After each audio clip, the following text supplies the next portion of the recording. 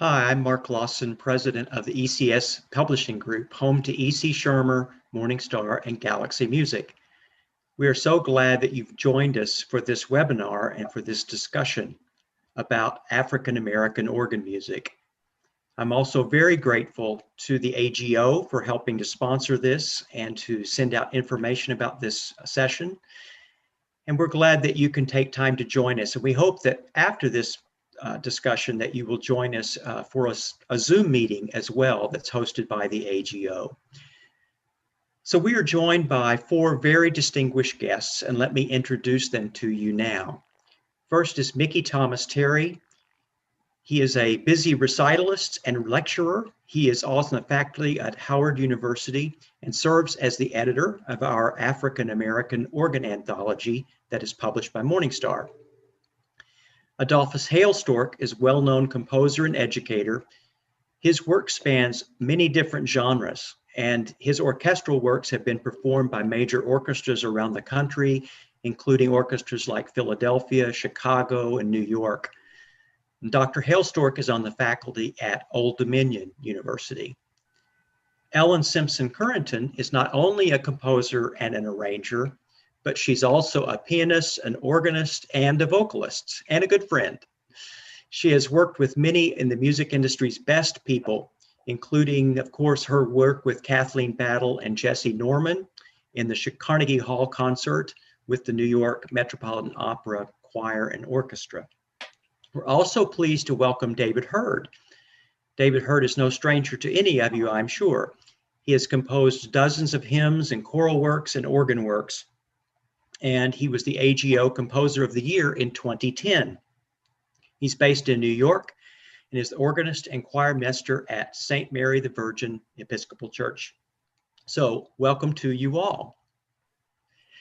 I think one of the main purposes behind this discussion is to shine a light on the amazing work that many African American composers have done over the years, and to point out some things that may have been overlooked.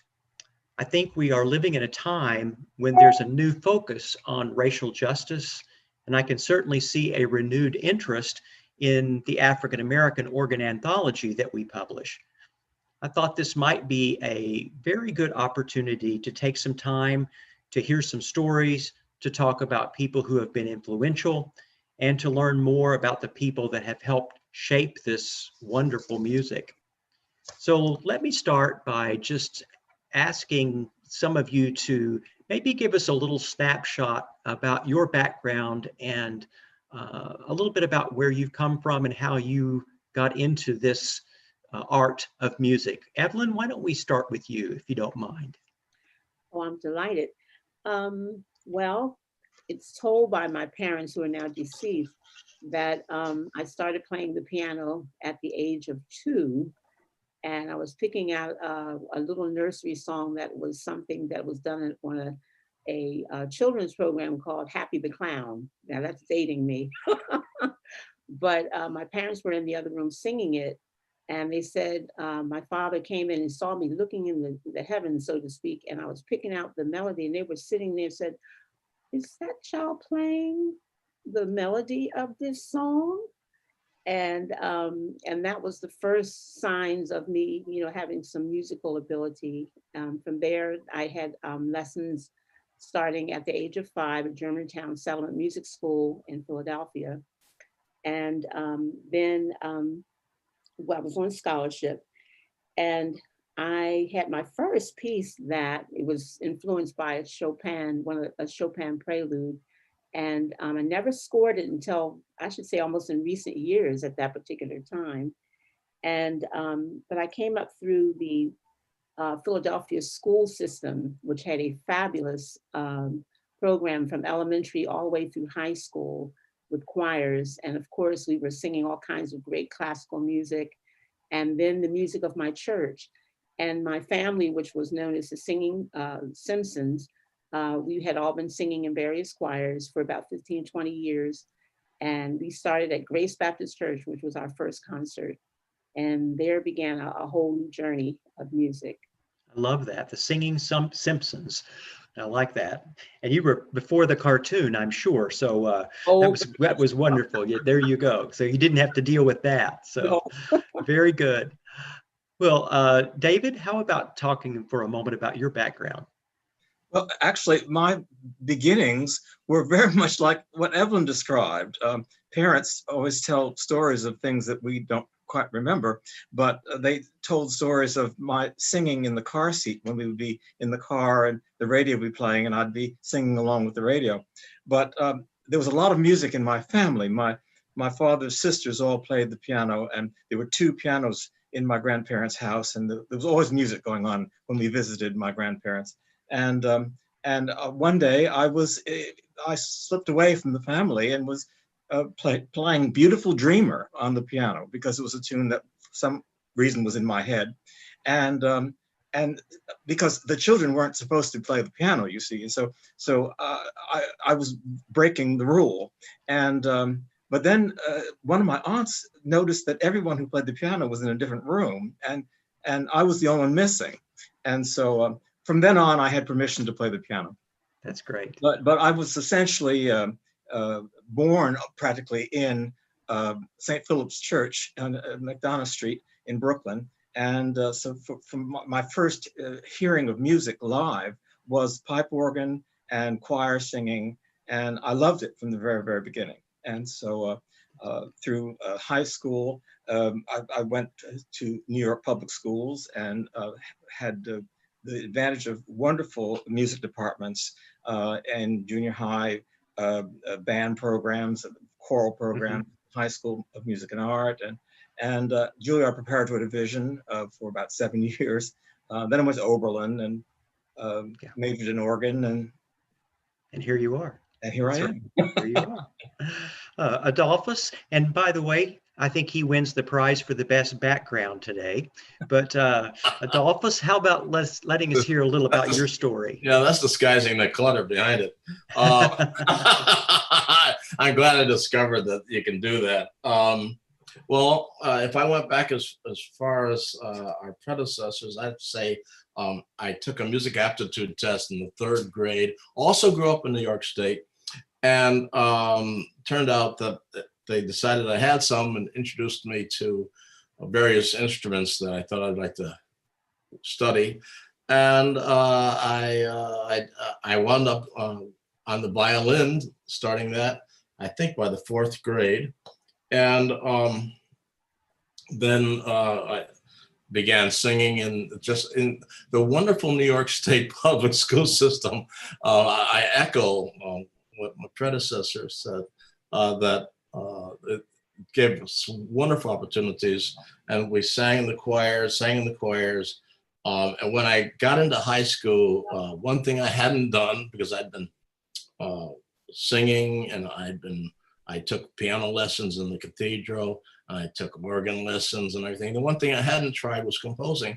So I started that in high school, and I never stopped. I've taught in 3 different universities, and I went to, part of my education was in HBCU at Howard, and I taught at HBCU at Norfolk State University here in Virginia. So that's my little career. Great, that's great. So Mickey, tell us about your background, and then also tell us a little bit about how you started the process of editing the African American organ anthology as well.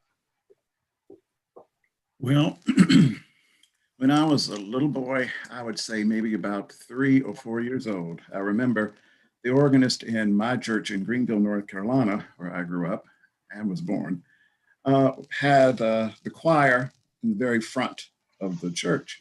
And so I was fascinated by him and what he was doing. And I just knew I had to learn to play that instrument. And everything went, I think, appreciably well until I got big enough as a teenager to play the service for one time on Youth Sunday. And the elders were saying that I sounded better than the organist did, who came, I think he came over when Noah docked the ark. But anyway, he wasn't very happy about that. And so it was a little rough going. But that love for the organ has always been there. And I remember I went to St. Gabriel's Catholic School um, as a child, and it was a complex, a campus. And so the school and the playground were in one area and the church was in another area. And so when the recess bell would ring, I would disappear because I realized that the organ was unlocked. And so during recess, I would go and start playing with the organ. And then when I heard the recess bell, I'd fly back as if I had been where I was supposed to be. But one of the nuns surprised me one day, and she wasn't angry, but she just said, just make sure you cut it off when you finish. And I could not figure out how she knew. To this day, I don't know. But it has been something that has always been a natural love, and I've enjoyed tremendously.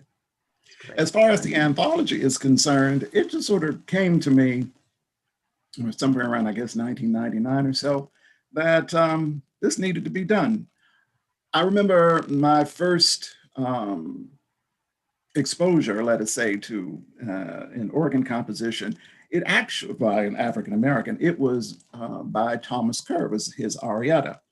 And I was reading it through at sight, and I stopped in the middle of the piece and I said, my God, who is this man? And it was just a wonderful work. So that sort of got me to think more and more about, see what else he's written, and then to see who else has written and all that sort of thing. Because when I was going to school back in the 70s, undergrad, you played the standard repertoire, and that was it. You played the Bach and the Buxtehude and the numbers of the list, whatever it was, a Hendeman. But you did not, because it wasn't there, it wasn't published, it wasn't available or accessible. So I was thinking about that, and believe it or not, I had a colleague who was an elder who said to me within days of that, you should edit a volume. And I remember thinking, that's a sign. That's a sign. I'm going to do this. And it was like within days of my even thinking about it, or just sort of ruminating in my mind what I might do. So that's really how that got started. And it's been an adventure, putting it mildly. Yeah. But I have loved it. I've gotten to meet the many families and also the many composers, and it's like all of you who are on this panel today. And it's really been quite wonderful. And I can truly say I've been in all of your homes. Well, David, not your latest one, but anyway, but I've been there to see you. And I am honored to call you not only colleagues, but friends. That's great. Wonderful. Well, I want to dive into talking about different aspects about the music and about your careers. And so I'm wondering if you feel that you've have had any unique challenges because of being African American in breaking into composition or having your pieces published at first. Did you feel that you've had any unique challenges that you would like to share with us? Why don't I start with you, David? Do you have any thoughts on that? Well, in a way, it's hard to know, because I've been African American my whole life, so I don't have Yes. another experience to compare that with in terms of what might have been. There is that whole reality that many times in my life, I have been the only African American in the room, professionally. And although I have had some wonderful African American teachers along the way, nonetheless, a lot of times I have found that I am the only African American in the room, and as a result, the subtle bits of mentoring and supporting that sometimes might happen. Sometimes I have felt like a little bit of an outsider, and I'm very, very appreciative of the fact that I have actually been able to perform and to compose and been commissioned, and but I often wonder, what would have been. Right. Yeah. Adolphus? I don't really know. Yeah. Adolphus, what about your thoughts on this? Well, I had a very wonderful beginning in terms of high school. Had a great high school orchestra teacher, and she discovered I was interested in composing because I had started writing music and showed it to her. And she said, well, if you want to write something for the orchestra, we'll play it. And that's all there was to it. And so for my junior and my senior years in high school, I was played, and I even conducted. And I have wondered at times, had I grown up in the South, would I've had the same opportunities? And I'm so glad I grew up in Albany, New York, with that wonderful program they had up there.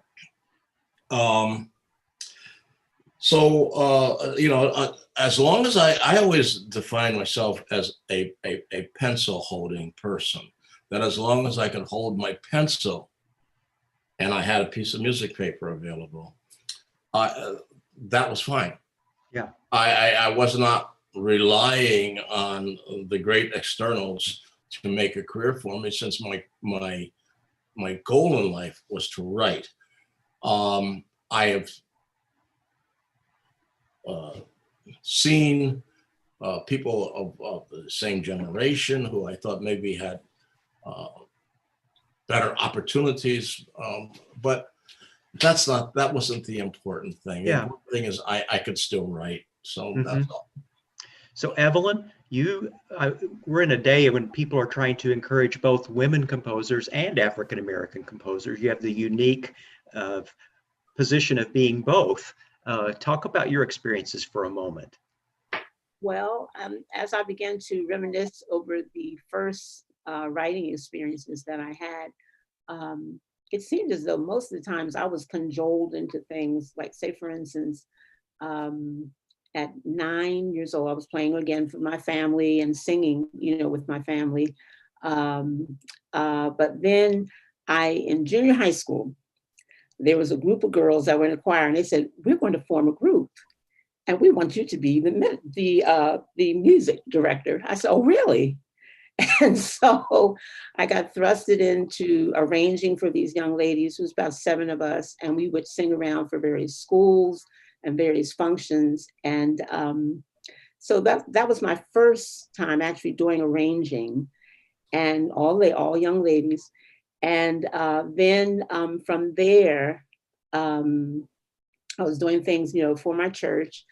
And I would say my next situation was doing arrangement for my sister, the late Joy Simpson, who was an operatic singer. And she was asked to do something for the Urban League. And so she said, and I told them that you can arrange. And I had done an arrangement for Christmas for our church. And I said, you told them what? And so I did about 4 spiritual arrangements for the National Symphony, and I was about 18 years old. And it was for my sister Joy and George Shirley. And so they did a couple of my pieces, and they were directed by Everett. Oh, gracious, what is Everett's last name? It was Maestro Everett, I believe it was. And he was directing at that time. But looking back on that experience, a lot of those pieces were still sung by my sister, but I didn't have quite the knowledge of how to go about, seeking a publisher, the information about royalties, all of those kinds of things. So a lot of my things were being performed, and I was not getting any payment, for rentals. I was getting the knowledge of how to do these things. And so went for a number of years where that was not even being taught. But, orchestras were performing my music, and I would get music. I would mainly be getting paid for if I was performing with my sister on the piano. But that went on for several years. And I think that's when I look back on that, I said, gosh, if I had just only known, how to even begin that process, that I could have been doing so many more things. And the closest to that came when I did the things for Kathleen Bowell and Jesse Norman. Even then, I still was not with the knowledge that I needed of a publisher. And I would say that Mickey introducing me to the Oregon series was one of the first that really brought me into having my music published and working, with Morning Star. And And then also through Philip Brunel, who was wonderful, was one of my first commissions for choir. And the piece that I had mentioned, what is it? It's called Psalm 91, My Soul Had Found Refuge in Thee, which has really begun to have a life of its own. But it's taken a while to actually get publishing, and to get information. It's just not something taught that we can get the kind of information that we need as Black composers. And I find that that's the problem that I have faced through the years, to just now beginning to understand that world. Sure. Mickey? I'd like to ask you all, three of you, a question. Do you have a preferred musical medium for which you enjoy writing? For example, flute, choir, organ, strings, etc. Let's start, if you don't mind, with Adolphus. Do you have a favorite? Well, the one I devote at least one day a week to every week is writing for choir. It is perhaps my favorite medium.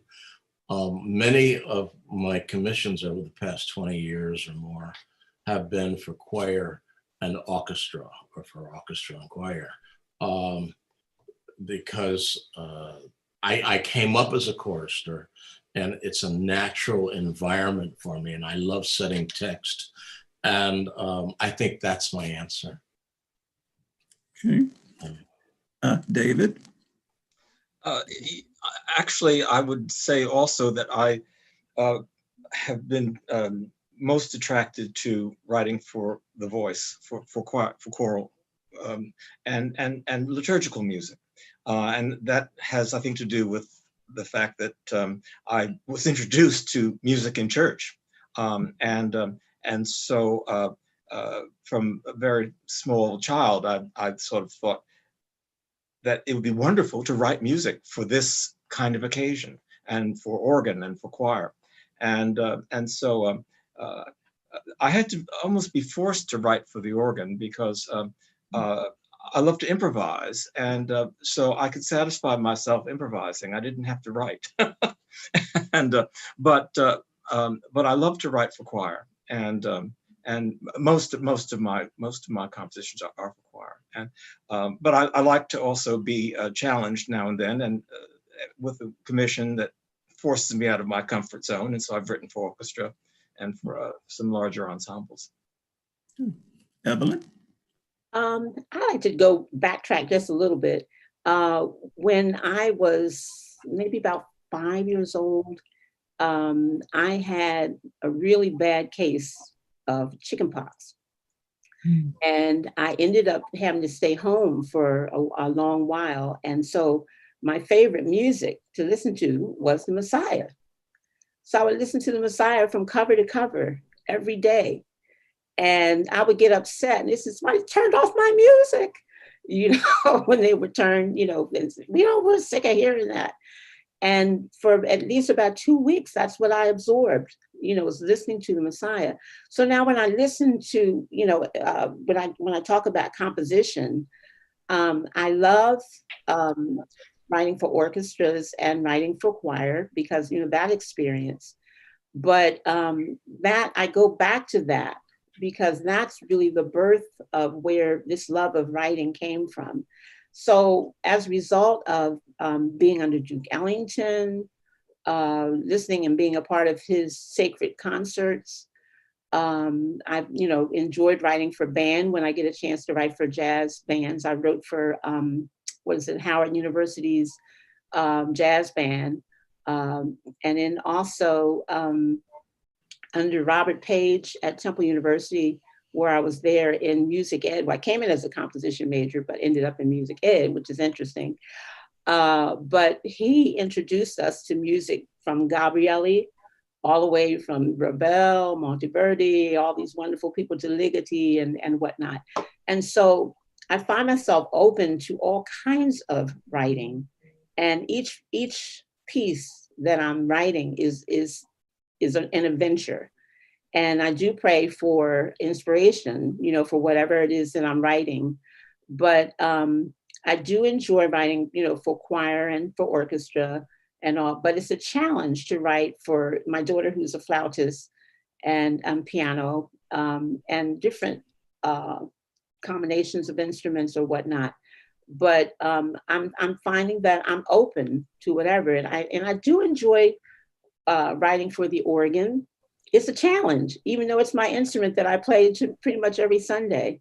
But each instrument has its own challenges. So I always invite the door to, to any of these instruments and vocal arrangements. Thank you. I have another question for the three of you. Have you ever had anyone to level a criticism at you saying that because you write classical music, your music is not Black enough? And if not, and if someone were to say that to you, what would you say in response? Evelyn, let's start with you, since you. Well, one of my answers to that question is that I think because of, as I mentioned, the various breadth of composers that I've listened to, especially contemporary composers, the thing that I have heard the most criticism, I've not really heard is so much that I'm not Black enough, but sometimes I think that people try to box in Black composers, that we're only supposed to do spirituals and things from the African-American tradition. And so I remember I did my Psalm 91, which is Gregorian, and in the way that it is written. And it was very interesting because one of the interpretations that I've heard sometimes can be kind of heavy, and in not expecting it to be in a Gregorian type of form because it's written by a Black composer.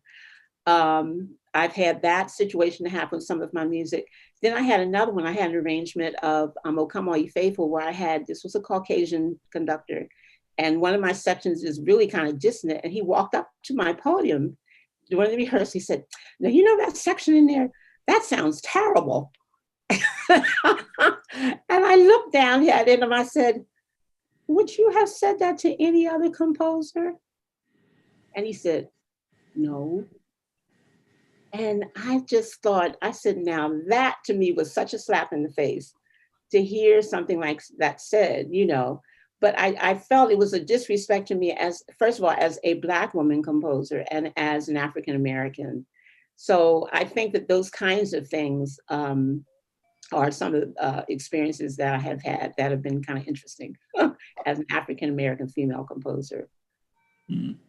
David, Well, how would you?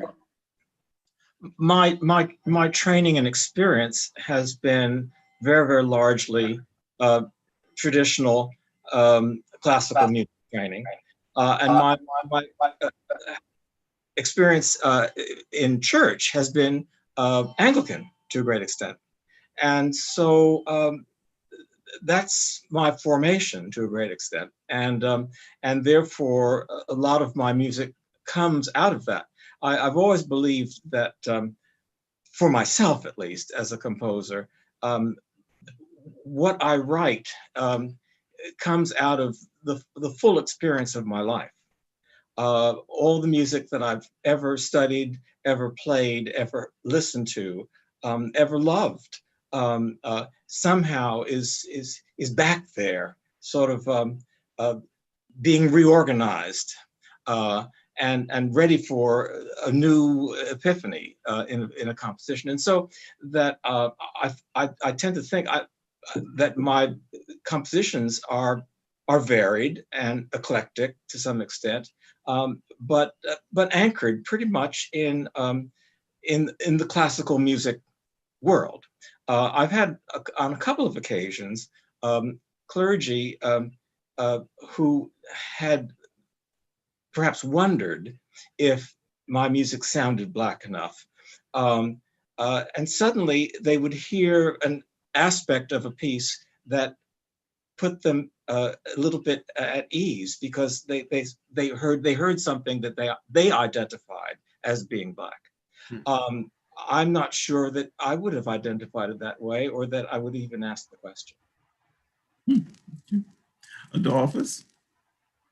Well, like David, I would call myself eclectic. I had an experience once after a large work was done that was done by a large Black choir with orchestra, and and we're at a reception afterwards, and one of the singers walked up to me and said, you know, I like your piece, but it doesn't have any Black harmony. And that got me thinking that I had not realized that the world was divided between white harmony and Black harmony. And then it did get me thinking more keenly about, you know, what are the idiomatic traces of African American music, when we go back to spirituals, and of course the blues, and there's gospel, and there's R&B, et cetera, et cetera. And then I would wind up thinking, well, it's not automatically what I do.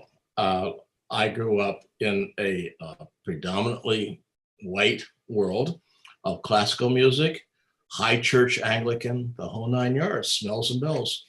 And now I tell everybody who says, well, what's your style? I say this, that some pieces are Black absolute.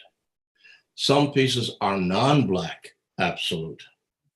Some pieces are a blend, and some pieces are a juxtaposition. And you don't know what you're going to get when you come in to hear a Hailstork. And I'm leaning more towards the blend right now, but it's, you know, it's challenging.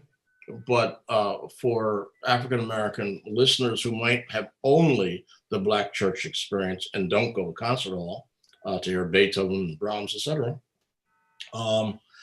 And at the same time, I hope at some point they might hear an idiomatic twist that reflects African American culture. It's always, I think it's a challenge. It's a fun challenge. And that's my thinking on it. This brings me to another question. And I ask my students this all the time, and it's not an easy question. How would you define the term Black music? Adolphus, since you've sort of in. Well, I was leaning in that direction. Yeah. You know, if I use music and if my ear is sensitive and my heart is sensitive and etc. To African American history and caring about African American history and the materials, which are so rich. See, that's the wonderful thing. We got the best of both worlds. I mean, all of us know our Bach, Beethoven, Brahms, et cetera, and beyond. But we also have the other world that we can relate to more directly, or at least we can claim to be involved in if we care to.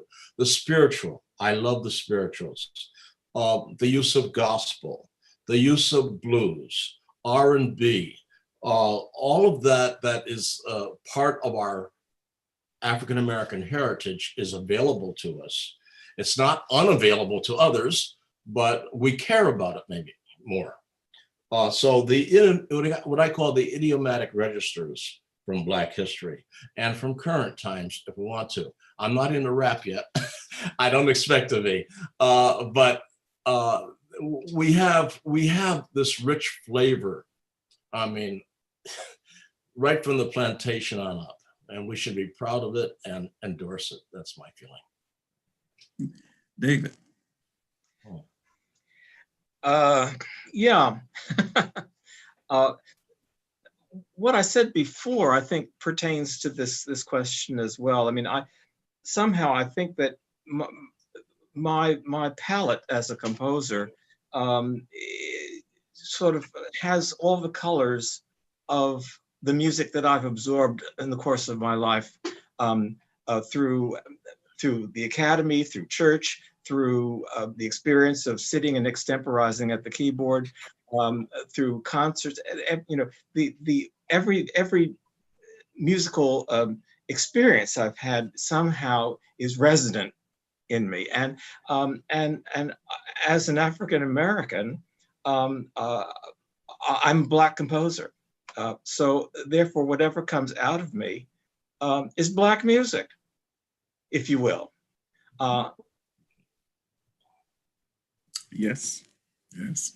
Evelyn, how would you respond to that question? I like that, what David just said, whatever comes out of me is Black music, which is Yes. true. That says it all.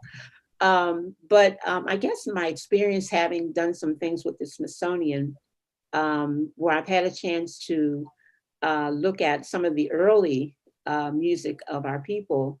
I was fortunate enough to do a project on the 1801 hymnal by Richard Allen, and had a chance to speak to about 2 or 3 old timers from that church. And I would say the music coming out of Africa, and I had a chance to go to South Africa with the DC Boys Choir, and to hear the music of Africa, and to walk through that. And my experiences, I said that 1801 hymnal, hearing the old hymns and the old melodies that have come, over hundreds of years, then coming through the traditional to the contemporary gospel music, the blues, the jazz, and having been in a jazz group and playing blues and jazz in gospel music, and showing how that is all in gospel music, even to today. Hip hop and the spirituals from the, I should say, from the college music of Fifth Jubilee, coming out of Reconstruction, all of that, and until today to Moses Hogan, and then coming up into what we're hearing, hip hop. And I've had a chance to even do something with hip hop because of my son, who's very much into hip hop music. So I say that in Black music, it encompasses all of these idioms and things that are still being written, and I should say, and developed, as an African American community. And to me, it's all in our music. And one of the composers to me that really helped me to understand how to use it was Duke Ellington. As I heard in his music, you could hear the sounds of Harlem in one of his works. I think it was the Harlem Suite. You hear New York, in his music, and the sounds of New York. So I would say that Black music encompasses all of these things. And as Black composers, we tend to breathe that through a lot of the various things that we write, be it for organ, chorus, or any of the other idioms and groups that we write for. It's going to come through in the rhythm, in the textures of the harmonies, all of those good things. And that to me is what Black music is. I want to tag off of something here just for a second. One of the things that I've been dealing with a little bit in our company is the fact that we have this rich history on both the Galaxy side and the E.C. Schirmer side that goes way back into the early 1900s. And one of the composers, out of the Galaxy catalog came a lot of things from John Work and John Work Jr., but also some composers like Julia Perry, which Julia was very much writing in a non-idiomatic way, is what you would say. She was studying in Italy. She studied with Nadia Boulanger. She studied, and yet she would dip over and write a spirituals arrangement as well. But you can pick up her choral music, and it was beautifully written in the same style as anyone else would be writing at the time. It's a little dated now, but it's simply because of the style that she was writing in. And I thought that was very interesting to go back and read some of the correspondence, because there was really no difference between the way she was handling her composition and the way the company was dealing with her. And I was really pleased to see that it was very much an equal footing and very highly respected composer at that time. So it was fun to see, and she was a real trailblazer, and I'm kind of wondering about that. I think that's one of the things that Mickey did when he started the anthology, was help identify some people whose music was kind of lost a little bit. And particularly if you have I would love to know if you have people that were influencers to you that you felt we should be paying more attention to their music than we have. David, any particular people that you would point us toward? Uh, that's a hard question to answer because I've become more aware of African American composers only in my adult life, and it's through the work of people like Mickey who have suggested pieces and suggested composers' names. I think I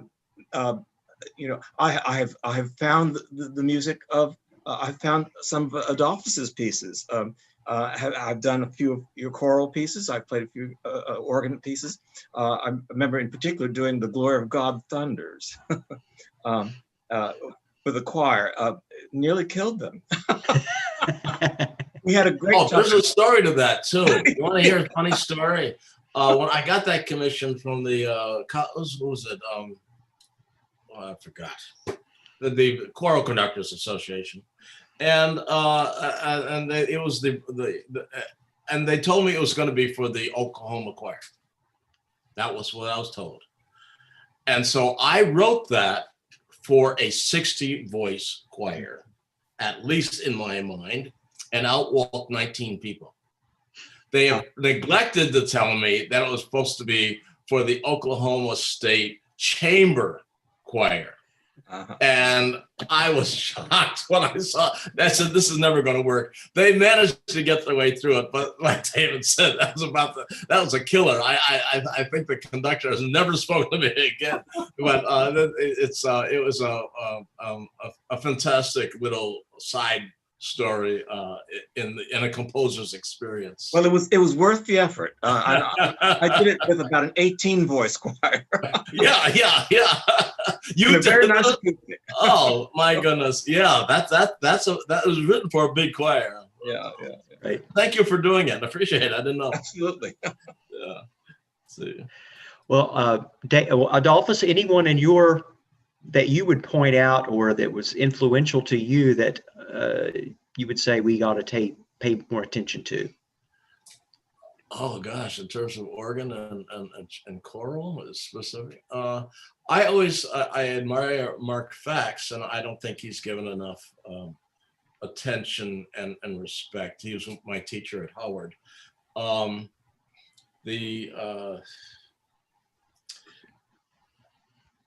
No one's coming to mind right now. No, I came out of the English choral school, so I grew up singing all of those great English anthems, and that certainly influenced, and the sound of the cathedral influenced how I molded my sound over the years. I only really came to that conclusion about 20 or 30 years ago. So, my goodness, the cathedral is still ringing in my ear and has never left. And so I can't name a specific composer, but there were great conductors. Now, Roland Carter has definitely influenced me. Roland Carter, I love Moses Hogan. I thought he was the genius of the time when he was alive.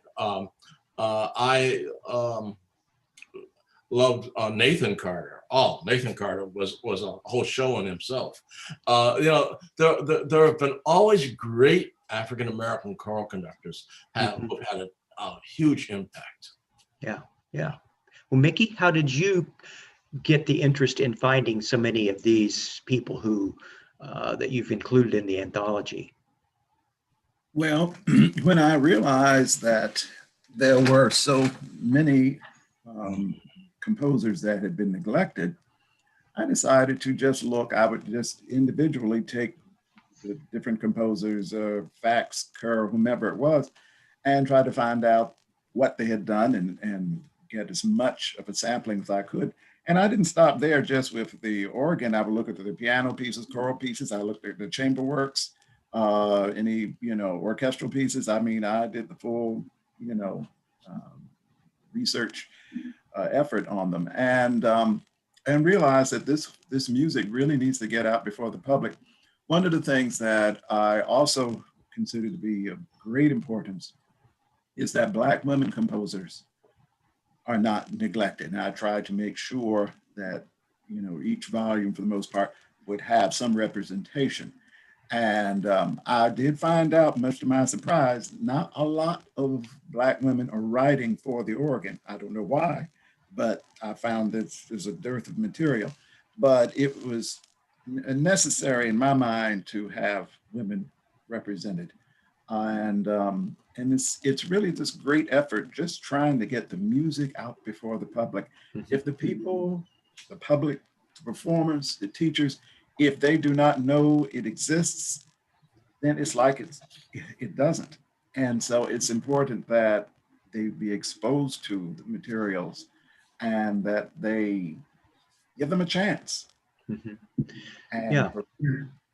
Let me just say, into that regard, by the way, that for those of you watching, if you're interested in seeing a full listing of what's in that series, as well as actually all the music that we could identify for organ by African American composers, there's a link on the YouTube chat in that area. There's also on our website, if you go to the blog post about this webinar, you'll find a link that's showing all of those pieces, and there's some wonderful works there. I think one of the pieces there is Adolphus's Toccata on Veni Emmanuel. That's just a wonderful piece of music, and other things. So there's quite a variety there. Please take a look at that if you get a chance. Let me ask you. I know that we're moving along here, and we've only got about 10 minutes left. But so this may be a question that's hard for 10 minutes, but in the choral world, there's a lot of concern about what's appropriate or inappropriate cultural appropriation. And when is it okay to use spirituals, or when is it wrong? Or I think people are kind of these days really concerned about that, wanting to do it correctly. How would you respond to that question? For someone looking to actually perform maybe things from the more idiomatic side of the African American tradition. Adolphus, why don't we start with you? What would you say about that? Well, I have been, well, it was many years ago, actually, a choral conductor, an African American choral conductor said that he did not, he thought that I used spirituals in too symphonic a manner. And first of all, I really do question the word appropriate. Who is the arrogant person who's going to say, this is appropriate, this is inappropriate, and all of that? If you're a creative artist, you're not going to be concerned about that, unless if we're talking about something that's appropriate to a service. I mean, if we're in a church service and you're saying what's an appropriate setting of that, well, it depends on the service. Is it a solemn service? Is it a jump the broom type of service? I mean, what kind of service are we talking about?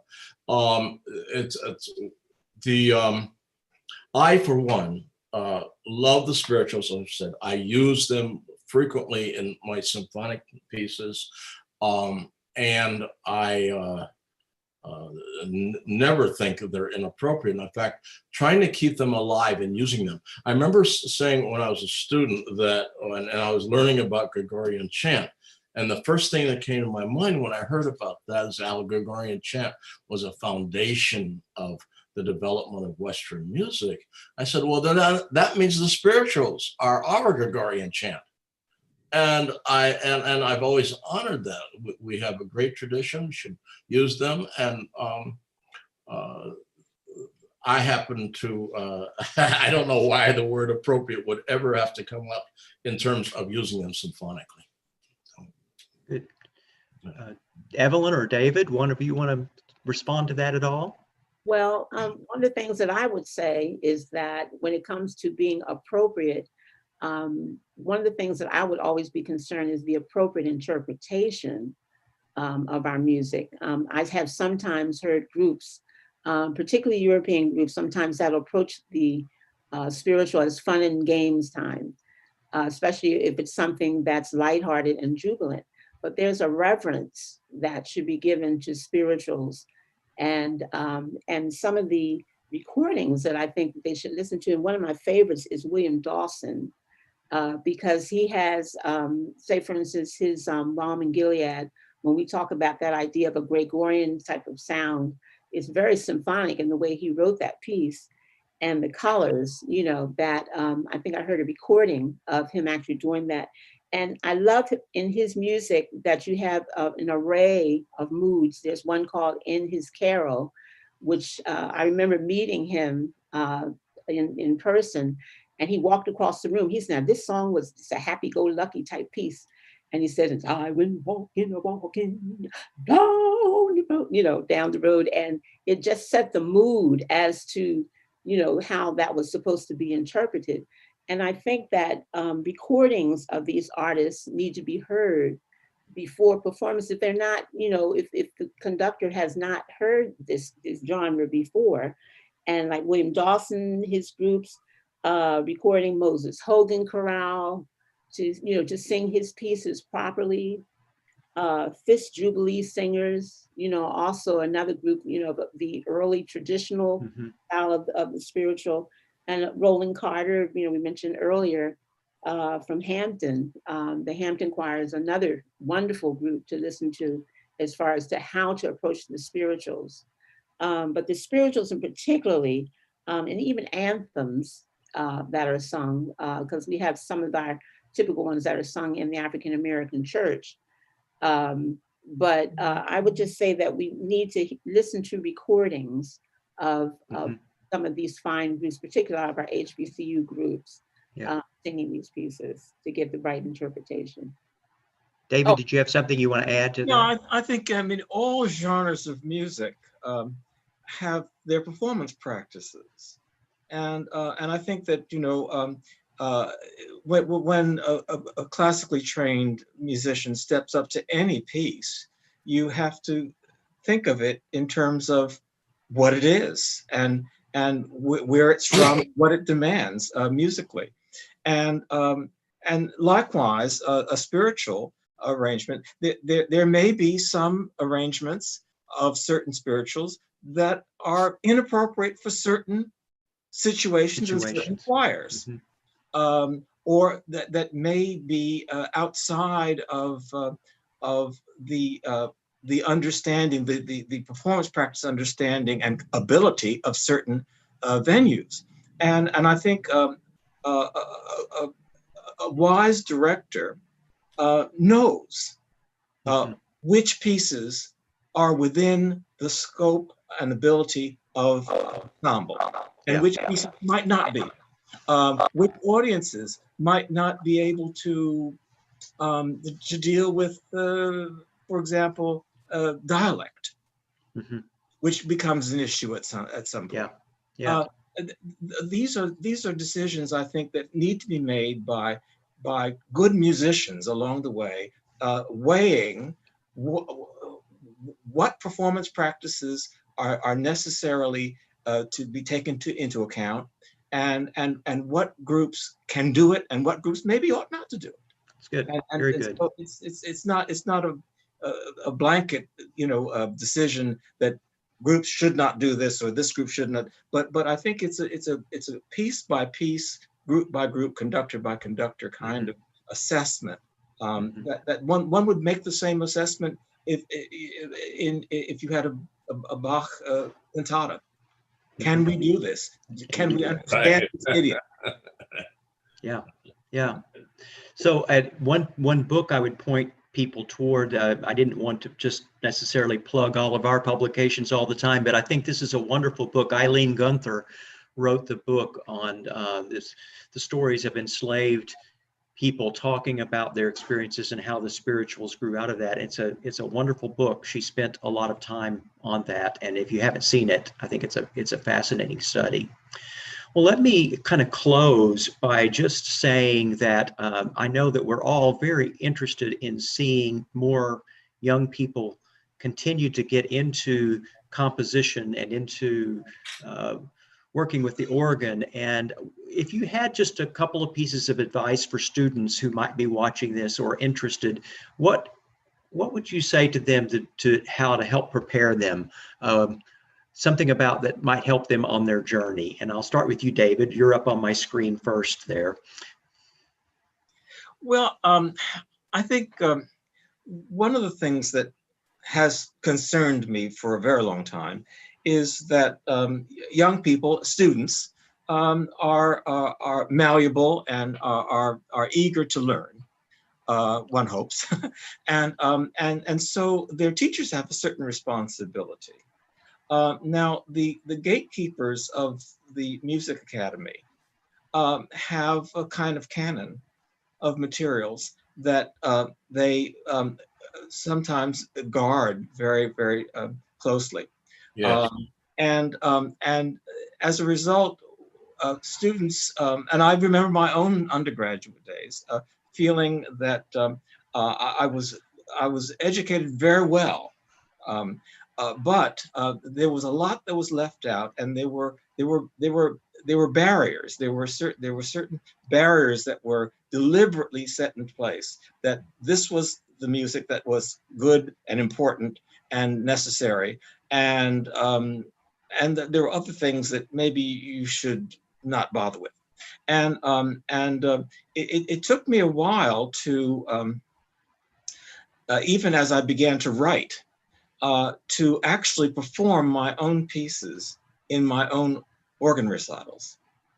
Because in some sort of way, I had been given to believe that my music couldn't possibly be worthy to stand next to Right. this music that was already in the canon. So I think that one of the things that is very important for young organists, young students to keep in mind is that the canon needs to be flexible, needs to grow, and they may have a responsibility to push their teachers a little bit. Wonderful, wonderful. Adolphus? Well, if they want to write for organ, let's hope that they take some organ lessons. It's not automatically. They might assume that it's just like writing for piano, and no, it ain't. It's a different ball game all over the place, and remember, you also have 2 feet you got to think about. So. But it is a colossal experience to play a good pipe organ. It is a colossal experience. To that, the sound that you can get, the variety of sounds you can get, all of that it makes it actually the king of instruments, like we call it. And the rooms, especially the cathedrals in which a great organ can be found, it's an awesome experience. And so if they're really interested in that, visit the circumstances, try to get some lessons, go to great rooms to hear organs, go to recitals, et cetera, and see if it doesn't sweep you off your feet. That's good. Evelyn? One of the things that I think would be very important things to keep organ music alive as a young performer, I think, is to have a diverse variety of music to take us through the European styles, the Buxtehude and the Bach, and using this wonderful anthology that Dr. Mickey Terry has put together, which has all kinds of wonderful things in there. To also to look at ethnic music, because I think the Noel da Costa piece, which is quite wonderful, it's not that incorporates some percussion in that, does it? One of the pieces by him. His Ukwa Memory Songs incorporates percussion. That's for organ, and I think there are 2 percussionists. Right. And I'm saying that we need to explore different combinations of instruments playing with the instrument. Try to find some things, based on Broadway melodies. If you want to go some hip hop and be and have something commissioned, but something with a challenge to it. We need to bring a freshness to what we're doing to keep this instrument alive for the coming generations. So I think we need to have a diversity of things involved as far as programming, and be ready to explore the instrument, be able to have fun with it with other young people, being able to maybe play some children's songs, to do some children programs, and to be open to all kinds of multi-generational experiences with the organ to keep the organ alive, the organ are alive. Very good. Well, Mickey, any last word from you that you'd like to point out before we leave? Well, first of all, I just want to say this.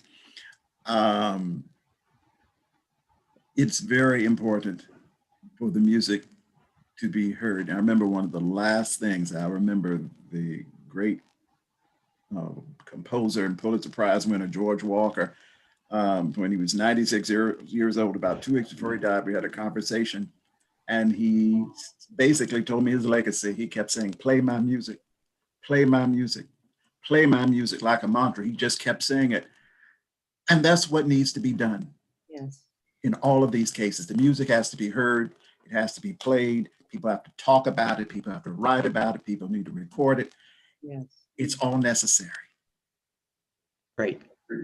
Well, thank you so much for being with us. All of you have such a wonderful legacy of compositions and of performance practice, and we admire the work that you've done. And I just thank you for taking a few minutes to share with us about that. And if you would like to continue, if you want to join us on Zoom to ask any questions, we'll be there in just a few minutes. So thank you so much for joining us, and have a good evening. Thank you. Thank you. Mark, I used to work for Galaxy. Oh, did you? Yeah, when I was a student in New York. Yep. Oh, I'm going to have to follow up on that. Yeah. Well, good night. Thank you all. Okay. Bye.